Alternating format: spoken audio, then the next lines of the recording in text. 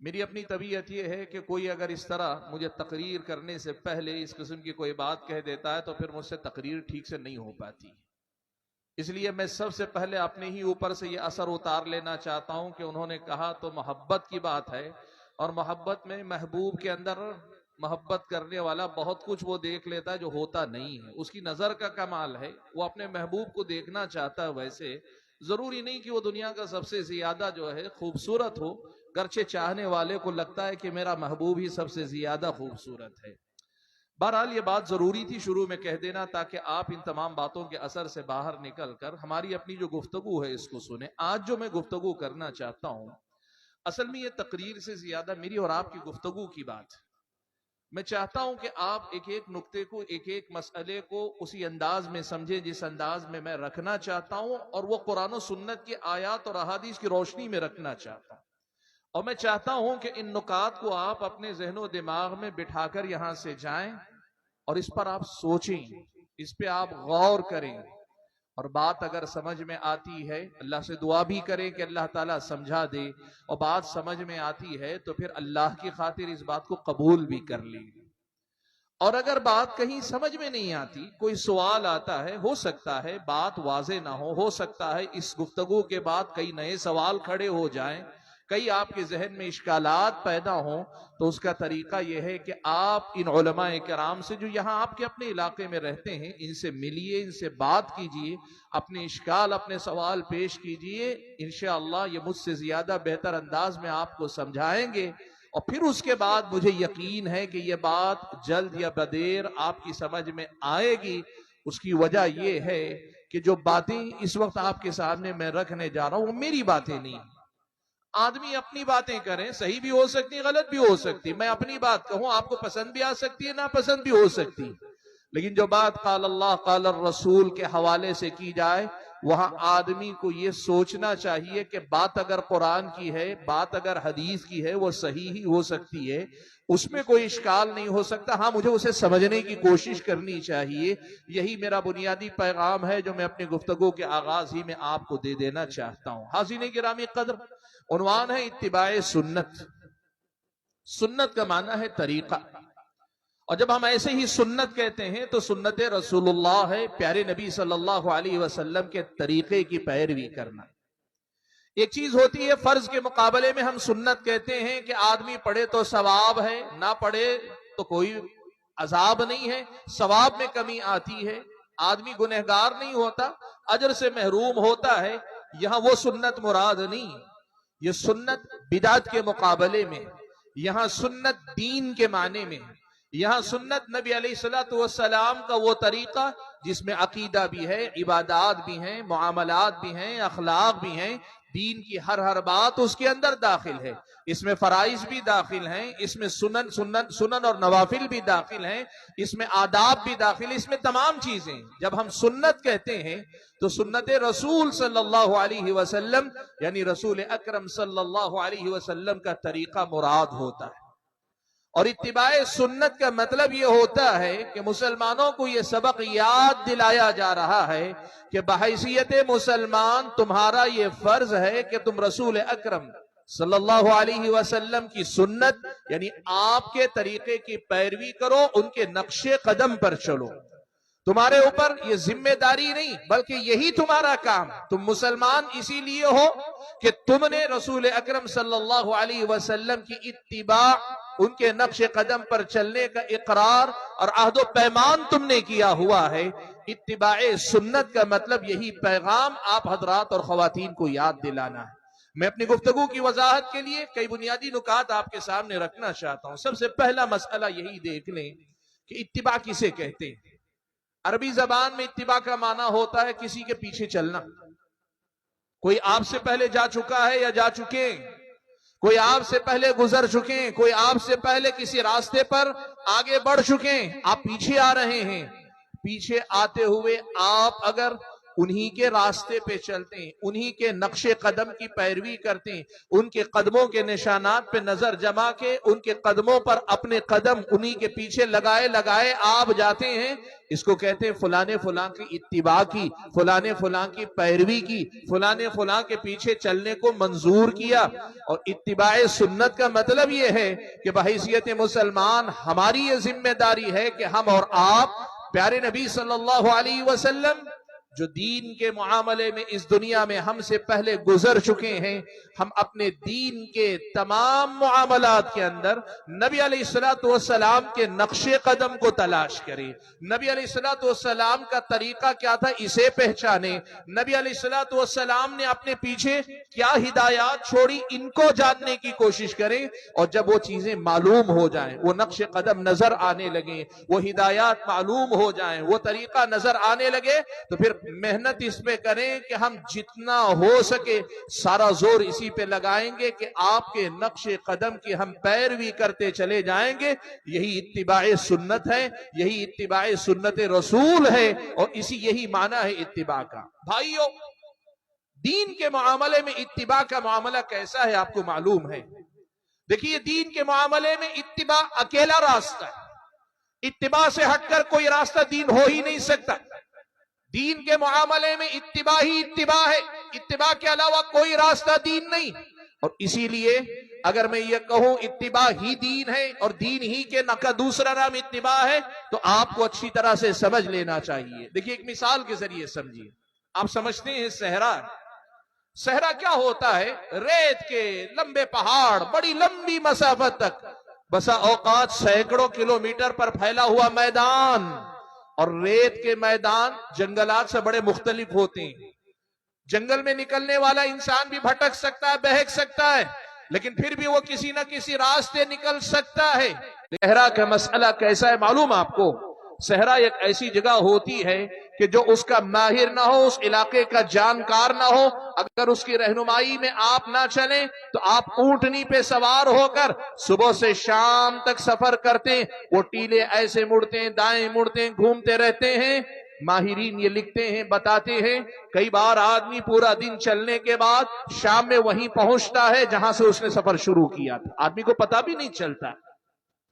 اتباع کا مطلب آپ سمجھ لیجئے، ایک ماہر ہے جو اس صحرا کو جانتا، اس صحرا کی ساری اونچ نیچ سے، نشیب و فراز سے واقف ہے، یہاں کہاں بہکنے بھٹکنے کا امکان ہے اس سے زیادہ واقف ہے۔ اور اس نے کیا کیا؟ اس نے اس صحرا سے راستہ طے کیا، اور طے کر کے وہ آگے نکل گیا، صحرا کو پار کر کے نکل گیا۔ اب پیچھے آنے والے کا کام کیا ہے؟ نجات اگر چاہیے، مرنا نہیں ہے، صحرا میں اپنی موت کو گلے نہیں لگانا، یہاں ہلاک نہیں ہونا ہے، برباد نہیں ہونا ہے، تو کیا کرنا پڑے گا؟ کرنا یہ پڑے گا قدم نظر جما کے چلو کہ وہ کہاں ہے قدم جو مجھ سے پہلے گیا ہے، اس کے نقش قدم کہاں کہاں ہے۔ مجھے نہ صحرا دیکھنا، مجھے نہ دائیں نہ بائیں نہ آگے پیچھے، میری نظر نقش قدم پر ہونی چاہیے، اور میں اسی پہ نظر جمائے جمائے صرف میری نظر نقش قدم پر رہے اور میں اس پہ چلتا جاؤں گا۔ یہ ضمانت ہے کہ آپ اس صحرا سے نکل جائیں گے، اور یہ بھی گارنٹی ہے نقش قدم سے نظر ہٹی، وہ آپ نے سنا ہے نا، نظر ہٹی درگھٹنا گھٹی، وہی بات یہاں دین کے معاملے میں بھی ہوگی کہ جس لمحے نقش قدم سے نظر ہٹے گی اسی لمحے دین کے معاملے میں ہم ہلاک و برباد ہو جائیں گے۔ سبحان اللہ۔ پیارے نبی صلی اللہ علیہ وسلم نے یہ بات سمجھائی، یہ جو مثال میں نے بتائی بات، یہ بات اللہ کے نبی نے اپنے الفاظ میں بیان فرمائی۔ آپ نے فرمایا، اللہ کے نبی نے، ترکتکم علی البیضاء ترکتکم علی البیضاء لیلها کنہارها لا یزیغ عنها الا ہالک۔ اللہ کے نبی نے کہا، میں نے تمہیں ایک ایسے راستے پہ چھوڑا ہے جو اجلا ہے، سفید ہے، روشن ہے، اتنا روشن ہے کہ یہاں رات بھی آتی ہے تو یہاں کی رات بھی دن کی طرح روشن ہے۔ لیلوہا کنہاریہا، یعنی یہ دین بڑا واضح اللہ تعالیٰ نے رکھا ہے۔ اللہ کے نبی نے کہا، اب راستہ اللہ نے بتا دیا، نبی علیہ السلام نے سمجھا دیا، خود چل کر اس پر سے آگے گزر گئے اور اپنے پیچھے اس راستے کو محفوظ بھی کر گئے، تو اب کرنا کیا ہے؟ سیدھے چلتے رہو، راستہ دیکھ لو، اسی پہ آگے نکلتے چلے جاؤ۔ لیکن اگر تم نے کیا کیا؟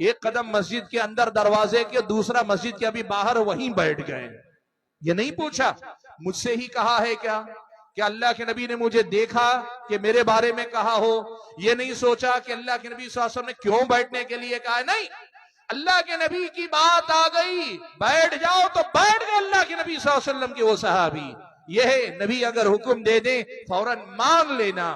نبی علیہ الصلوۃ والسلام نماز پڑھا رہے ہیں. پرانے زمانے میں مسجدوں میں حصیر یا قالین یا فرش مضبوط بچھا نہیں ہوتا تھا. اللہ کے نبی کی مسجد میں کنکریاں بچھی ہوئی تھی، مٹی کی زمین تھی، مٹی یعنی کنکریوں والی زمین تھی، فرش کچھ بچھا ہوا نہیں تھا. اللہ کے نبی صلی اللہ علیہ وسلم سنن نبی داؤد کی روایت میں چپل کے ساتھ، اپنے جوتوں کے ساتھ نماز پڑھا رہے ہیں، اور اللہ کے نبی کے پیچھے صحابہ بھی جوتوں کے ساتھ نماز پڑھ رہے ہیں. نماز کے دوران اللہ کے نبی صلی اللہ علیہ وسلم نے نماز کے دوران اپنی چپل اتار دی. سارے صحابہ نے نماز کے دوران پیچھے چپل اتار دی. نماز کے دوران اللہ کے نبی نے چپل اتاری، سارے صحابہ نے چپل اتار دی. نماز سے فارغ ہوئے، اللہ کے نبی نے پوچھا کیا بات ہے، تم لوگوں نے چپل کیوں اتاری؟ صحابہ نے کہا اللہ کے نبی آپ کو چپل اتارتے دیکھا، ہم نے بھی اتار دی. آپ نے چپل اتاری، ہم نے بھی اتار دی. اللہ کے نبی نے کہا نماز میں مجھے جبریل نے آ کر بتایا میرے چپل پہ، میرے جوتے پہ کچھ گندگی لگی، اس وجہ سے میں نے نکالی. تو میرے پاس نکالنے کی وجہ تھی، تمہیں نکالنا ضروری نہیں تھا. لیکن صحابہ نے یہ ساری تفصیل بعد میں سمجھی. لیکن جب اللہ کے نبی کی بات آئی صحابہ نے فوراً مان لیا، ختم ہو گئی بات. اور وہی ممانعت، منع کرنے کی بات ہو، بڑی مثالیں ہیں. ان میں سے بڑی مشہور مثال شراب کی ہے. مورخین نے لکھا ہے نا، جب شراب کی حرمت کا حکم آیا، شراب حرام ہو گئی، یہ پیغام ہوا آیا، تو کچھ لوگ شراب نوشی میں بیٹھے ہوئے تھے. کسی کے ہاتھ میں پیالہ، کسی کے سامنے جام رکھا ہے، کوئی آدھا پی کر آدھا پیالہ اپنے ہاتھ میں رکھے ہوئے. ان میں سے کسی نے یہ نہیں کہا کہ اللہ کے نبی کا حکم تو ہمارے گلاس میں ڈالنے کے بعد آئے، یہ پی لیں گے، اس کے بعد سے پرہیز کریں گے. یہ نہیں کہا کہ ابھی اللہ کے نبی صلی اللہ علیہ وسلم کی بات آئی ہے کل سے عمل کریں گے. نہیں، جس لمحے حکم آیا اسی لمحے انہوں نے مان لیا. یہ ہوتا ہے طاعته فيما امر واجتناب عما نهى عنه وزجر. ایمان والوں کا طریقہ یہی ہوتا ہے. انما كان قول المؤمنين اذا دعوا الى الله ورسوله. جب اللہ اس کے رسول کی طرف بلائے جاتے ہیں تو کیا کہتے ہیں؟ ان يقولوا سمعنا واطعنا. وہ کہتے ہیں سن لیا مان لیا، سن لیا کر لیا، سن لیا سر جھکا دیا، سن لیا تسلیم کر لیا. چوں چرا نہیں، آگے نہیں، پیچھے نہیں، دائیں نہیں، بائیں نہیں، سوالات نہیں، اشکالات نہیں. نبی کی بات کا وہ مقام ہے. اللہ نے کہا لا تجعلوا دعاء الرسول بینکم کدعاء بعضکم بعضا. تم کیا کرو، اللہ کے رسول کو جب پکارو تو کسی آپس میں ایرے غیرے کو پکارنے جیسا معاملہ نہ رکھو. اللہ نے کہا لا تقدموا بین یدی اللہ ورسولہ. اللہ اس کے رسول کے سامنے کسی کو آگے نہ بڑھاؤ. اسلام نے یہ سکھایا وہ احترام، وہ عظمت، وہ تعظیم کا احساس. نبی کی بات آئے گی تو آدمی کے دل میں ہونا چاہیے. یہ دوسری اور تیسری بات ہے محمد الرسول اللہ کا اقرار کر کے ہم کہتے ہیں. اور چوتھی بات کیا ہے؟ وہ اللہ یعبد اللہ الا بما شرع. اب مان لیا اللہ تبارک و تعالی نے اللہ کے نبی کو رسول بنا کر بھیجا. یہ چوتھی بات سمجھانے سے پہلے ایک مسئلہ آپ سمجھ لیں. اس کلمے میں ہم دو باتوں کا اقرار کرتے ہیں. پہلا اقرار اشہد ان لا الہ الا اللہ، ہماری عبادت صرف اللہ کے لیے. اور دوسرا اقرار اشہد ان محمد الرسول اللہ، کہ محمد صلی اللہ علیہ وسلم کو ہم اللہ کا رسول مانتے. ان دونوں میں آپس میں تعلق کیا ہے، ان دونوں میں آپس میں ربط کیا ہے، رشتہ کیا ہے؟ اہل علم نے لکھا کہ بندہ یہ اقرار کرتا ہے کہ اللہ عبادت تیری ہی کروں گا، اس لیے کہ پیدا تو نے اپنی عبادت کے لیے ہی مجھے کیا. میرے وجود کی اہمیت اس وقت ہے جب میں تیری عبادت کروں گا، اس لیے میں صرف تیری عبادت کروں گا. اور یہ تیری عبادت صرف اس طریقے پہ چل کے کروں گا جو طریقہ تیرا رسول مجھے سکھا کر جائے. یہ پہلے اور دوسرے جملے کا آپسی ربط ہے. اور اس کا مطلب یہ ہوا ہم نے یہ اقرار کیا ہوا ہے اللہ کی عبادت کا ہمارے پاس وہی طریقہ ہے جو رسول اللہ کا سکھایا ہوا ہو. اسی لیے یہ چوتھی بات آتی ہے وہ اللہ یعبد اللہ